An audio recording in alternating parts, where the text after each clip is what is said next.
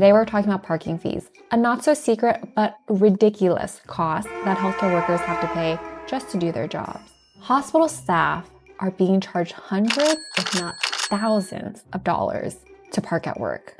In Baltimore, nurses pay $150 a month for a parking pass. That's $1,800 a year. There's another hospital in Baltimore that sells their parking spots on game days. That's right, you might have to scramble for a spot because your employer is making money off of a football game or a concert. Another hospital in Utah collected over $6.4 million in parking fees just in 2023. There's a hospital in Kansas where nurses pay $100 a month for their parking garage, but the garage isn't even owned by the hospital, and the garage company refuses to sell it to the hospital so they can continue making profit off of healthcare workers. There's also rumblings of multiple hospitals where there's a secret group of doctors that own the garage, but no one knows who they are, because people would be quite upset about it. Yet just another example of profiting off of nurses and squeezing in whichever way that they can. There are also other hospitals who do offer a lump sum discount to workers if they work 5 days a week. But guess what? Majority of nurses work 3 12-hour shifts a week, so there's no discount. Hospitals claim parking fees help pay for maintenance in their parking structures and upkeep.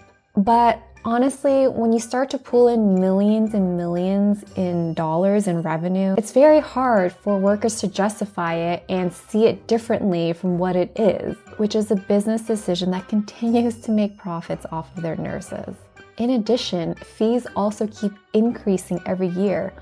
Parking fee yearly increases. How can hospitals justify yearly increases in parking? That's crazy. The silver lining is that people are starting to call out hospitals on their BS. An example here is with Utah. So the hospital I was mentioning earlier, Utah, that made $6.4 million in 2023 off of parking fees. The union workers started to make noise around this, and rightly so, started complaining about how ridiculous the fees were and how ridiculous the increase in parking fees were. Their administration agreed to a parking stipend, which is not totally free just yet, but it's still a step in the right direction. Hopefully more healthcare workers are starting to talk about this and make a lot of chatter and bringing this up to administration and fighting back. Are parking fees fair? Absolutely not. Nurses are already underpaid, overworked, dealing with staffing shortages, and making them pay to come to work is honestly just a little bit insulting. Thanks for listening. Let me know what else you want to hear and talk about, and tune in for next week.